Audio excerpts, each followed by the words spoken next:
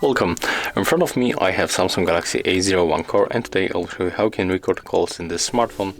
So at the first you have to open your dialer application, then tap on the three dots in the right upper corner, go for the settings, go for the recording calls, and as you can see, when we enable this option, auto recording, click here, this will be activated.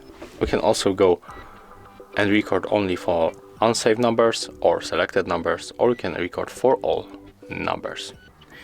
When you go back and when you want to find your records, you have to tap below, and here you will find all recorded calls.